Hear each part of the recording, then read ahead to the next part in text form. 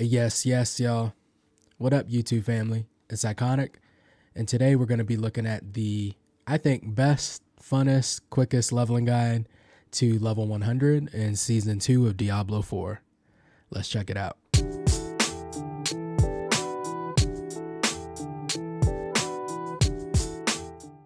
All right. So I wanted to get some of this content out, obviously before launch day of Season 2, but I don't know if you can hear it in my voice, but I've been sick the last few days, so pulling it together, trying to make sure I'm good to go for tomorrow. I'm recording this the day before, but yeah, just wanted to run you guys through my quick version of the Season 2 leveling guide. I think you're going to see a lot of similarities between what everyone's thinking right now is the best way to level up for Season 2, but I wanted to mix it up just a little bit in terms of it being just the fastest leveling guide. I want to mix up some fun now because we have some different ways that we can gain additional experience. You don't have to be trapped just the nightmare dungeons, although running a mix of dungeons and overworld events I think are going to give you the best XP and at least the best potential gear as well. So you're not leaving your vampiric powers out too long. You're not just completely ignoring gear as well as materials. So you get a mix of everything, I feel like, going this route. All right, so the first thing you're going to want to do, of course, is create your character. And I put in red here to have your leveling build picked out. So, just know what you're going to be doing from the start of the game. So that way you're not looking at a guide or trying to worry about picking through powers. You don't have to necessarily look at a guide. You can, use D4, the D4 build planner, but I would say don't come in just blind and not really recognize what your build is going to be, because you're going to be spending a lot of time looking through the skills and trying to figure out what gear you might need and what stats on your gear. And if you've already got that figured out beforehand, you're going to definitely save yourself a lot of time. Now, in terms of what world tier you should start out on, so the world tier bonuses are now multiplicative. So if you can do world tier 2, I would say jump into world tier 2 if possible. I think this time around, because especially if you did your renown before, I think this time around, especially if you've done your renown, you're going to have 10 skill points that you're going to start out with right off the bat. So make sure before you dive into as well that I probably need to write that in here actually. Before you dive in though, make sure you have allocated your skills. So once you decide on your character, your build, your world tier, you're in the game, and you've already claimed your renown, so you have 10 skill points to use, go ahead and use those right off the bat so you're ready to level. And then somewhere right around the starting area, right as you come in Kyovashad, you're going to see your seasonal quest. There's going to be a person to talk to, and it's going to be a little green thing above their head. You'll talk to them, pick up the seasonal quest, so that way you already have it and you're good to go. We're not going to start off with the seasonal quest just yet, but you'll have it and you'll be ready to go once we come back to it. So right off the bat, we're going to just teleport right to as close as we can get to dopamine tunnels. And we're going to run that until we're about level 20 to 25 roughly. Shouldn't take that long. The first 20 levels are pretty quick, especially with the monster density inside of dopamine tunnels. And I really don't think that there's anything that's changed in terms of like the density or the layout, because that was already a good dungeon to go and run. So I think they're not really trying to take fun away from the game right now. They're not trying to nerf too many things, it seems like. So they haven't said anything about any sort of a nerf to any of the dungeons or anything like that. I wouldn't expect for this to be any different. Now, if we get in immediately and we see that something's changed with the density, like, you're going to know right away if like the layout's changed or there's something weird going on. But I think we all suspect right now that dopamine tunnels is still going to be the most efficient way, fastest way to level because of the monster density and how easy it is to do. Now, just in case if you don't know, you only want to run the first part of dopamine tunnels. There's a locked room and you don't want to actually do the objective. You don't want to free the prisoners. You don't want to unlock that second room and go into that second room. All you want to do is clear out the first part of the dungeon, and then you're going to teleport out. You're going to reset the dungeon, and you're going to go right back in, and you're just going to keep doing that, and you're going to level up really fast. Once we've done that, again, you're going to be somewhere between level 20 and 25, depending on when you want to stop. And then you can go ahead and do your class power quests. If you're level 15 for all the other characters, you can go ahead and do that. I would still wait until you're at least 20, just so you're not popping right out of the dopamine tunnels right away. And then for Necro, you're going to want to wait until you're level 25, and then you're able to do that. So that's why I put level 20 to 25 for the tunnels there. After that, I think it's a good point to go ahead and get your seasonal quest started to get your vampiric powers. You don't need to do the entirety of the quest line, I would say, but just to the point where you get the vampiric powers. In season 1, it didn't take us that long. I think we just had to do like 2 or 3 things, if I'm remembering. It might have just been the actual first part of the quest, and then we were able to start getting the caged hearts. So I would say go ahead and do that so that you're starting to build up those powers and you can get the things that you need to slot them in. And then after that, to kind of break up the monotony a little bit, because it can get a little tedious just running the tunnels over and over, I would actually go to start and do world events after we've gotten our vampiric powers. And we're going to do that until we're about level 33 to 36 roughly. And Blood Harvest is going to be up all the time. That's a new event that came with the season 2 Season of Blood theme. So you're always going to see a Blood Harvest up somewhere. So I would say, go do those as much as possible. You're going to be able to get the, what is it called? Tainted Blood, I think, or something like that. So you can level up your vampiric powers. So you'll want to be doing that.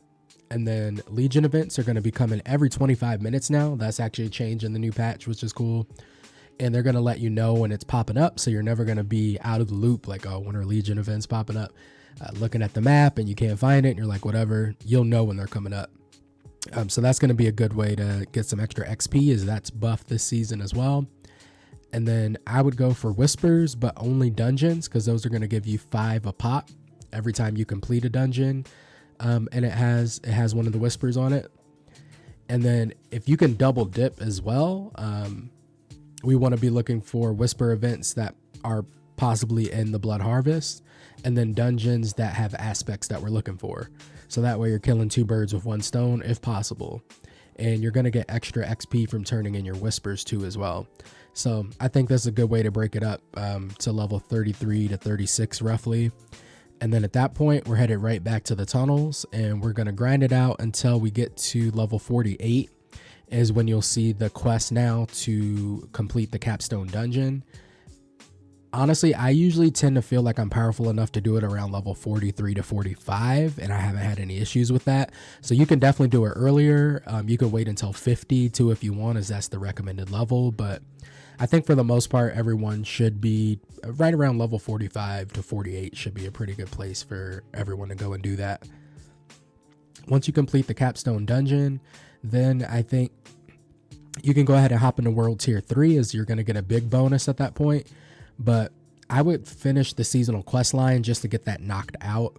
Again, I'm going off of memory here, but I think if I'm remembering correctly, the last season, I think you had to be level 48 to finish the seasonal quest line. So I'm assuming it's going to be somewhere in that same ballpark.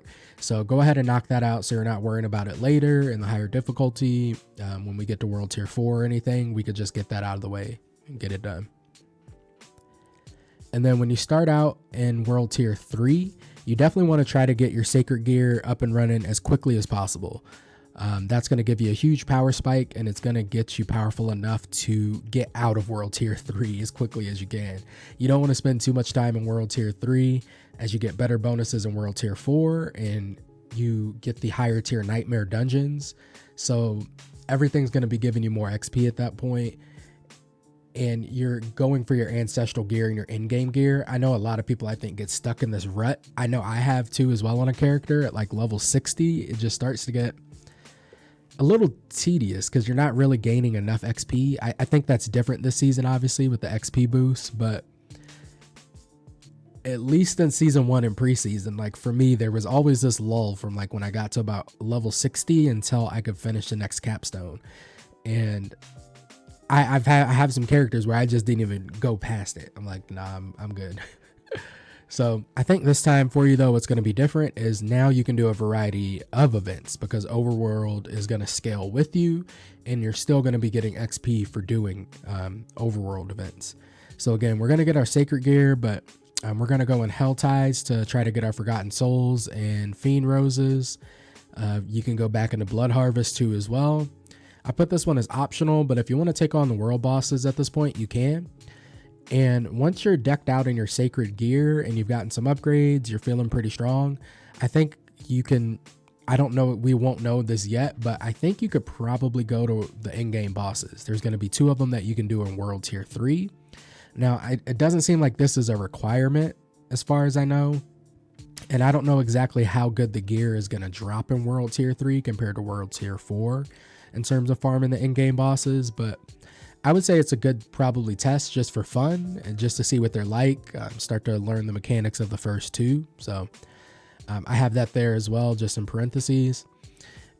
And then once you're done with that, just in case if you don't have all your aspects or you're still missing anything, I would run your aspect dungeons now and just try to pick up a few missing pieces that you need so your build is, you know, starting to come together. And then I like to run a few nightmare dungeons in World Tier 3. I know this might not necessarily be the popular opinion, but I like to get all of my glyphs already so they're ready to go. And even though you don't get that much XP for leveling your glyphs, you're getting much more experience now than you get for your glyphs. It's 40% more XP compared to 19% more glyph XP. So you're probably going to hit level 100 before you've leveled up all your glyphs. So even though you're not getting as much in the lower tier nightmare dungeons, I think it's probably a good idea to start leveling those up. And you're going to get plenty of XP for doing these. And it should push you to that level, you know, 67 to 70 range. And then at that point, you're ready to do the next capstone so you can get into World Tier 4. For some reason, you're still not strong enough. You make it to Elias and you go, I could, you know, use a few more levels. I would say instead of being stuck in the nightmare dungeons, because you have plenty of that coming up, go back to the overworld, do some Hell Tides, do some Blood Harvest, do some Legion events. If anything else pops up, you can always go back into overworld. And then once we're in World Tier 4, we want to try to get some Ancestral Gear on as quick as possible. It doesn't need to be your best in slot or exactly what you need, but it just needs to be decent enough for you to equip it. Because as soon as you get that Ancestral Gear on, you're going to get a huge power spike, and then you're going to be ready for the in-game grind of running dungeons. But first, to get that Ancestral Gear, you can try running around in Overworld for Legion events. There's probably going to be some people that are stronger than you. I'm assuming by the time most people are going to get there, so you'll be able to run with some people and kind of hang back and just, you know, try to get that gear at the end. Same thing for Whispers. As long as you're up to like level 68 or 70, and at this point you've ran a Legion or 2, you've got 2 or 3 pieces of Ancestral Gear, I don't think you're going to have any trouble doing Whispers, but you're probably going to want to do a few of these until you have mostly Ancestral Gear equipped at that point, and then you should be okay for doing Hell Tides. World bosses, we can come back and do those too as well, and at this point you should be fairly good in Ancestral Gear. Probably not your best in slot, as we're going to be chasing levels, or we're going to be chasing item levels now, the higher that we level up. So there's still going to be some upgrades coming your way, but you should feel pretty good at this point. And again, you're going to be in a group, so you should have some help if you need to. If you're not quite as, you should have some help if you're not quite as strong. And then we're going to come back into Nightmare Dungeons, and we're pretty much going to run this until level 100. If you get bored, you can absolutely take a break and come back to any of these other events. But in terms of like speed, gear, fun, I think this is a pretty good way to do it.